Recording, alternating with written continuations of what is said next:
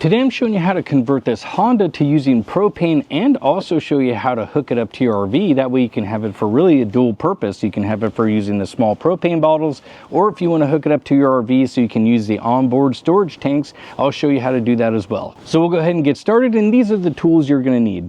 Okay, and the tools we'll need is a Phillips screwdriver, also a flathead screwdriver, along with a 1/4 inch ratchet with a 8mm socket and also a 3/8 socket. You'll need a 9/16 drill bit, but you can also use these step bits, which these are really simple and also handy to have around the home. I'll leave some information below.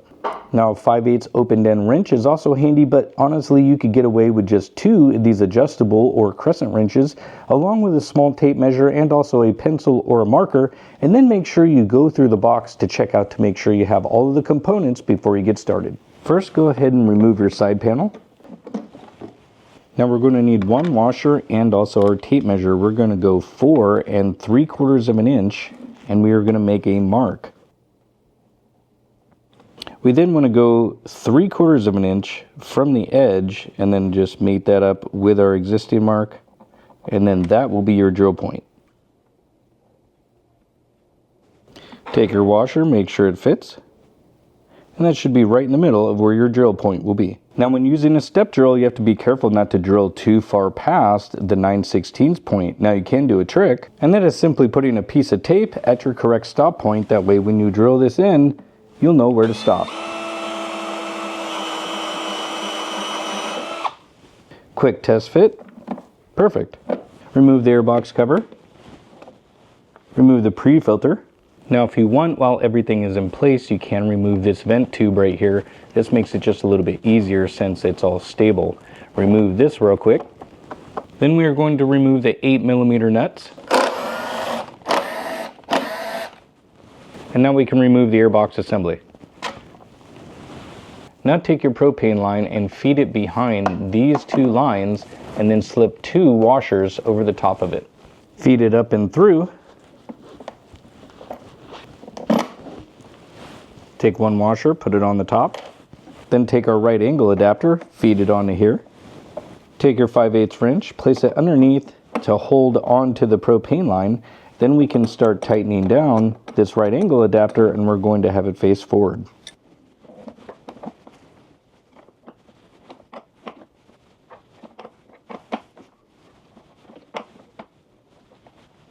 And then it should be nice and snug. We can now take those 2 adjustable wrenches and hook up our quick connect.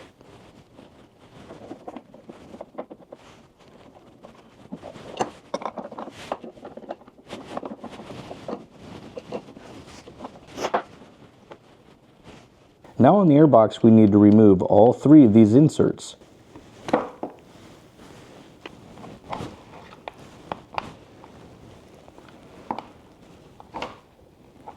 Now we need to install the new metal sleeve provided by the kit.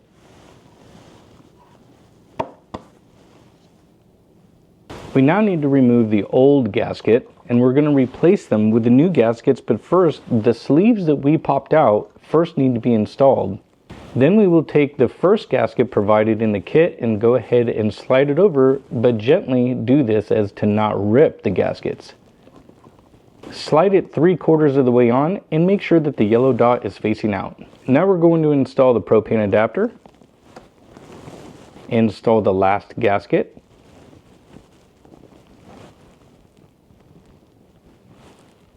Now in this kit they do provide another fuel jet. This is if you're going to be running around 5,000 feet or higher, and you can see it's just inside of here, which they can give you a couple different sizes for natural gas, or if your elevation will be at approximately 5,000 feet or higher. So if you live or you plan on running natural gas all the time, you may want to install those now before you finish this part up. But you can just keep this little jet kit with you somewhere, or even hide it somewhere inside here and just let it hang out. Now before you put your airbox back on, this gives you a little extra room because they tell you to zip tie up this tube right here, and you want to make sure you get it on the other side of this little hose clamp. So go ahead and run this little zip tie, snug it a little bit, and then go ahead and move it onto the other side of the clamp. And then you can just kind of snug this down, and it keeps the hose really from just kind of vibrating around. But other than that, that's really all it does. It doesn't have to be super tight, but that's about it. Okay, now it's time to reinstall the airbox, and the reason we put these inserts on first is so you don't end up ripping the gaskets, because they live in here and you're going to have to kind of press and force this thing on. But if they were already installed, you could be shoving it on, potentially damaging the gaskets and maybe causing a leak or not a proper seal. Feed your vent tube a little bit first. We can finish that off later. Then we can now align up these, and then this will give you a little bit of a pushback, but don't worry, you're just going to hold some tension on there and then just keep pressing against it and you'll feed it on there. And now we can get the new supplied nuts. Go ahead and slip on one of these and get it started. Do the same thing to the other side. And just snug them down real quick, hand tight, alternating back and forth as it presses it down equally on both sides. Make sure you get your 8mm in there as well, that way you know it'll go in and it's properly aligned. Now we have to do the final tightening, which is going to be 1.5 to 2 turns according to the manual. We're going to do 1 turn first, so we'll go all the way around to 1 turn, alternate to this side, do 1 turn as well, then we will go back and do our final tightening, which this is going to be a half turn. So that'll be 1.5 for there, and then another half turn here, gives us 1.5 there, and it's nice and snug. And then we can do the final tightening on our 8mm down here. Reinstall the pre-filter. Reinstall the airbox cover. And now don't forget your vent tube, and you're going to want to make sure it goes all the way down to the stop.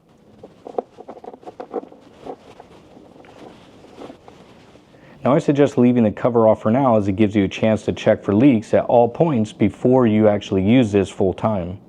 Next, we need to swap out this sticker by installing this new sticker that says gasoline off, or propane mode, or engine off. So we will take a heat gun, a little bit of alcohol, and swap this out. You can also use a hairdryer for this point as well if you don't have a heat gun. And be very careful, because you can actually damage and heat this up too much. You just have to get it heated up enough to where it'll start to come off.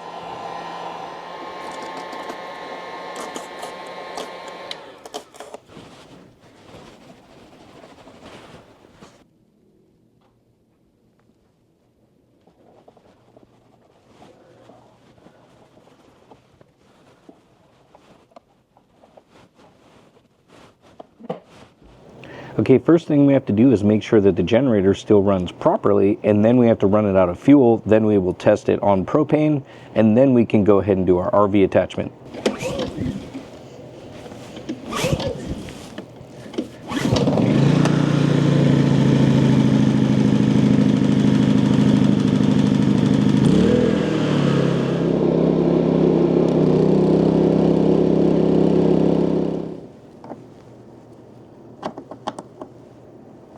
Okay, now that we have our propane hooked up and it's in propane mode, gasoline is now out of the carburetor, now we want to just make sure we check for any leaks, because you can't trust anybody, even the factories. You have to do it yourself to make sure, because 1, you're the one that did the install, and 2, you never know who may have messed up on this. So go ahead and open this up, nice and slow. Okay, now what we're going to use is one of these little detector pins. Now you can use soap and water, that's also a great way, but I've had one of these pins inside my RV now for a long time, and I've used it to help other RVers as well find leaks with their propane devices. But they're not expensive, they're only like $20, but you just sit there and sniff around, and this is what we're going to do, see if we can find any leaks around these connections. We're also going to do a little priming over here real quick, that way we get everything primed up. There's a little primer over there. Usually just do it for a couple seconds, and so far, if this thing was leaking anywhere around any of the connections, even back here, you would see the little meter go up, and then it would just start beeping all over the place. And so far, it seems like everything is doing great. Oh, now see, more than likely what that is that when you sit there and prime it, you can actually over prime it, and kind of like with gasoline, flood the engine. And I'll give you an example. What I'll do is I'll set the camera down and I'll actually hold the valve open, and then it'll start to kind of come out of here a little bit. It'll work its way out of actually the air cleaner because there'll be too much going in there, and then it'll start beeping, and so that's what it's doing, and then it'll just sit there and dissipate. But you can see how the little red marker goes on, so we'll give it about 30 to 45 seconds for it to just kind of dissipate out of there, and it'll go away here in just a second, and now we're ready to start. So, and the reason we have to test this first using all of this before we hook it up to the RV is to make sure it works correctly, versus if you just hooked it up to your RV and it didn't work, well then where is the problem? Is it your installation? Is it the RV? Or is it that? Who knows? So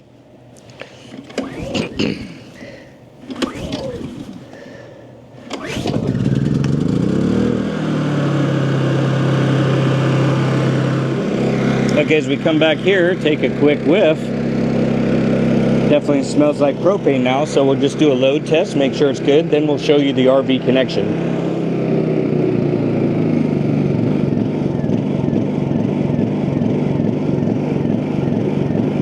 Doesn't really like load too much.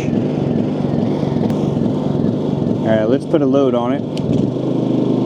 There we go. So this is only about 700 watts.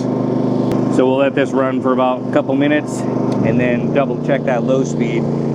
But again, once you run this, and then again, that's only about 700 watts, well then it smooths right out because there's more vacuum, more draw, and then this works properly. So okay, so first thing we have to do is remove this regulator, and we're going to need to use some heat, but be careful because if you heat it up too much, you can damage the components inside.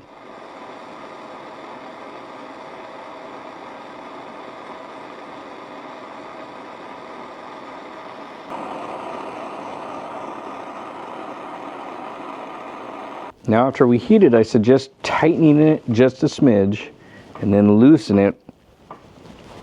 So it's going to be a little bit of a back and forth thing because you're breaking loose that Loctite. And what we don't want to do is ruin the threads on either one of these. Then we can go ahead and slide this off. Looks like maybe we did a little damage to our cover, but that's okay because more than likely I'm not really going to ever use this. Now after removing the regulator, I ended up putting some pipe dope on here to seal it, and then you'll want to pick up one of these at Home Depot. Now I suggest taking this whole thing with you because these parts sometimes they can change. So I might tell you a certain part, but then it may not fit if they update this in any way. So best to just take it. They have a lot of these fittings, and all you're going to do is place this on here, and all this is basically a 3/8 to 3/8. So this ends up being a 3/8 flare, which is going to be our quick connect hose, which I'll leave information for this down in the bottom if you want. And then that way you can find the hose that might be right for you. I can leave some different options, but we will tighten this down, and then we will go do the same thing to make sure it works on the RV. And then hopefully this information will help you out. And if it does, make sure to hit that like button and subscribe. That way it gets to other people as well. And that way you can check out more of my other videos. Okay, so now all we need is a hose like this. This has a 3/8 flare on it. And then just your normal RV quick connect. And I'll leave some information on this one. Always try to get a bigger hose. Don't get the 1/4 inch. 5/16 is kind of the minimum. If you can find a 3/8, even better. Okay, now that we have our connection, all we have to do is prime this up, and because the line is pretty long, plus it has to go through the RV, you'll probably want to do this for about 4, maybe 5 seconds. So press and hold. 1, 2, 3, 4, 5. And so then we'll go ahead and now try the generator and see if it fires up. Load test it real quick, and if everything works, well then we should be good to go.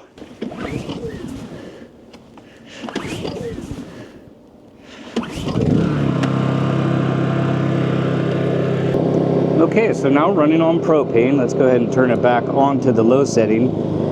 And now, as you notice, it's actually not doing that little kind of hesitation. And one of the reasons I think is because I had the side panel off.